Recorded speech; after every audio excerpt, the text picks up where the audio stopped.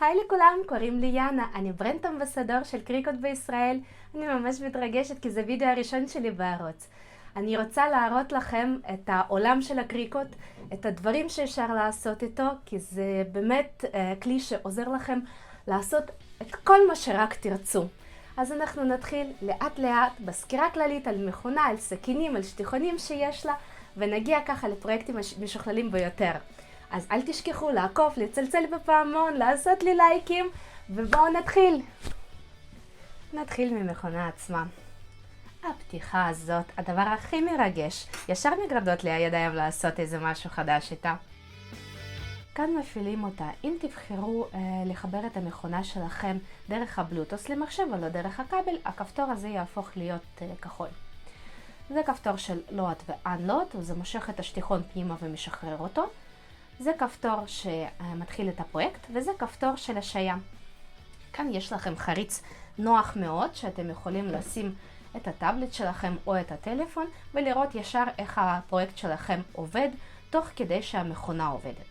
כאן יש לכם מקום לכל מיני כלים, אפשר לשים את זה ממש ככה, ויש לכם גם פה מגירה קטנה לסכינים. כאן יש לכם את האדפטר לעט, זה ממש כאן. בואו ניקח אחד העטים, מכניסים אותו כאן, והמכונה שלכם גם מתחילה לצייר, וכאן אנחנו מכניסים את כל הסכינים. בינתיים עומדת פה סכין שנקראת Fine Premium, ממש קל להחליף את הסכינים, אז בואו באמת נעבור אל הסכינים ונראה איזה סוגים יש. בואו נסתכל על הסכינים האלה קצת יותר מקרוב. יש לי כאן שני סכינים שזה פרמיום, פיין בלייד ודיפ פוינט בלייד. שני אלה מתאימים גם לקריקט אייר וגם לקריקט מייקר. בפרמיום פיין בלייד אתם תשתמשו לנייר בערך עד 300 גרם, ויניל ו-HTV. יש פה להב קטנה מאוד וחדה. עכשיו ניתן גם להחליף אותה, לוחצים כאן, היא יוצאת ואפשר להחליף אותה בקלות. הסכינים האלה נמכרות בנפרד. הן נמכרות גם כיחידה וגם כ10 יחידות. דיפ פוינט בלייד, יש לה להב הרבה יותר עבה, גם אפשר להחליף אותה. בלהב הזה תשתמשו לחיתוך של נייר עבה, בערך יותר מ-300 גרם, ולקרטון. עכשיו נעבור לסכינים אחרים. יש פה סכינים שהם קבועים, כמו נייף בלייד ורוטרי בלייד, ויש סכינים שאפשר להחליף להם את הראש. אז נייף בלייד, זו סכין עם להב ממש גדול ועבה, כמו שאתם רואים. אפשר לחתוך איתו חומרים ממש עבים כמו עץ או קרטון עד 3 מילימטר. הלהב הזה הוא מתחלף גם. יש ערכה כזאת להחלפה. הבא בתור זה רוטרי בלייד. בו תשתמשו לחיתוך בדים ונייר דק במיוחד שלא ניתן לחתוך אותו עם סכין, כי הסכין קורט, אז זה באמת הפתרון המושלם בשביל זה. הבאים בתור סכינים עם ראש מתחלפת.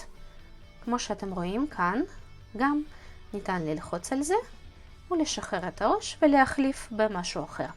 זה נמכר גם ביחד, ככה, וגם הטיפים האלה נמכרים בנפרד. אז מה שיש לנו כאן זה debossing tip. זה עושה טקסטורה על נייר, חורט ממש פסים בתוכו, ואפשר לעשות טקסטורה של איזשהו פאטרן, איזשהו לבנים, וזה יכול לעזור מאוד בעיצוב. כאן יש לי את ה-wavy blade. אתם רואים, הסכין היא כמו של רוטרי בלייד, העגולה פשוט בגלים. אפשר לעשות את הקצוות ממש יפות. כאן יש לי להב פרפורציה. אפשר לעשות מזה פס תלישה. בנוסף, יש לי כאן ראש של סקורינג. זאת אומרת שזה עושה קיפול בנייר, ויש כאן בעצם שני ראשים כאלה. של פס אחד ושל שני פסים. נשתמש בפס אחד לנייר יחסית דק, בערך עד 150 גרם, ונשתמש בשני פסים ברגע שאנחנו צריכים לעשות קיפול בנייר עבה, כמו נייר לצבעי מים. ואחרון החביב, הטיפ שהוא נקרא engraving. זה ראש חריטה. הוא חורט בתוך הדפים של אלומיניום, בפלסטיק, ואני אראה לכם את זה בפעם הבאה, איזה חריטות מדהימות הוא עושה. אז כמו שיש מלא סכינים לחומרים שונים, יש גם מלא שטיחונים לחומרים שונים. ואני כבר אמרה לכם פה איזשהו לייפהאק שאני עושה לעצמי. אני מדביקה לי דבר כזה, על נייר מדביקה, הדפסתי לי, חתכתי, לאיזה שטיחון, איזה חומר אני אשים. זה גם עוזר לי בעוד משהו מאוד חשוב. ברגע שהשטיחון תלוי אצלי בחדר, החלק הזה צובר קצת אבק. אז אם אני מורידה את זה, משתמשת בו ואז מחזירה, אני לא צריכה לחשוב עכשיו עם איזה צד אני צריכה להדביק את זה, כי אני רואה. אז אני מדביקה את זה ככה, וזהו. הוא שוב שמור ושום אבק לא נדבק עליו, והוא ממשיך להיות דביק לאורך זמן. אז כמו שאמרתי, יש שטיחונים שונים, לא רק בצבע, אלא גם בגודל. כפי שאתם רואים, יש לי פה שטיחון אחד גדול, שהוא 30 על 60 סנטימטר, ושטיחונים קטנים, שזה 30 על 30 סנטימטר. אני מראה לכם פה רק את הכחול הגדול, אבל יש את הגדולים בכל הצבעים. יש את הגדולים בסגול, בוורוד ובהכל.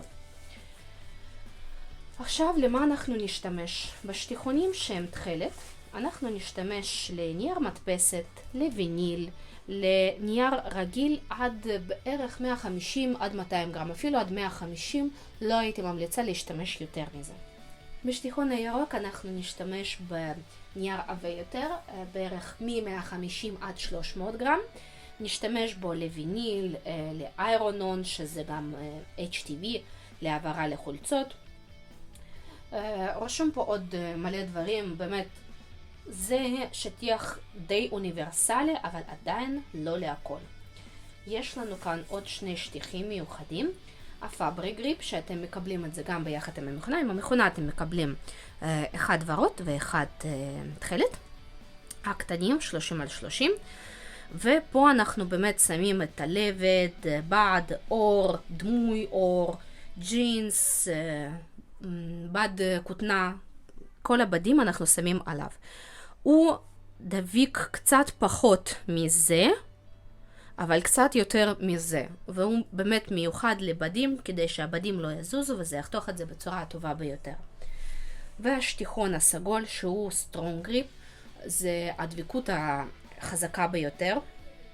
ופה אנחנו באמת נחתוך צ'יפבורד, נחתוך בו עץ, קרטון ממש עבה שהוא יותר מ-300 גרם למטר מרבוע, או נגיד קרטון שהוא בעובי של 1.5 מילימטר, של 2 מילימטר.